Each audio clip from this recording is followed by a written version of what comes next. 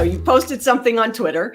We had a little banter, and it was about customer service and the role of that customer service in the experience. I'd love to kind of get your perspective, because I feel like this is an area where more and more companies are paying attention, but I don't know if they know what actually it means from a customer service perspective. They're getting it so wrong.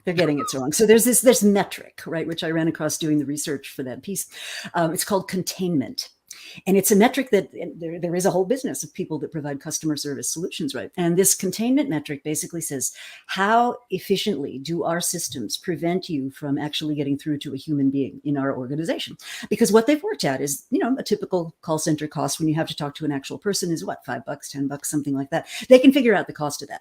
What they haven't figured out is the absolute craziness that customers feel when they get trapped in these customer service systems. Because here's the problem. The technology has gotten so good now that if I could solve the problem myself, I would do that. By the time I have to actually pick up the phone and talk to or get on a whatever device and talk to a human being, my problem is so gnarly and so complex and so frustrating that I am just already enraged.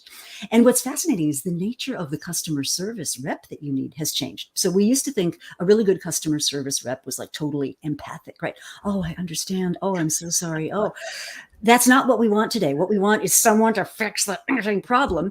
And I recount in a recent posting an experience I had with a Verizon guy. Let's call him Ted. And Ted has like the personality of a robot, like no charisma, no empathy, nothing.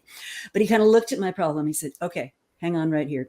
Goes and solves like 2 other problems. Says, all right, I want you to come here. Says to I don't want her to have to go through that. I mean, just fixes stuff, no smiley face, none of that stuff. He's like just kind of working around the systems in the company. And the reality, if you listen to my friend Zeynep Ton and Gary Hamel and a bunch of other people, is if you think of human units as units for increasing the top line, instead of costs to be eked out of the bottom line, you actually are able to develop much more effective and proactive strategies for finding great ideas, strategies for leveraging, strategies for building customer loyalty.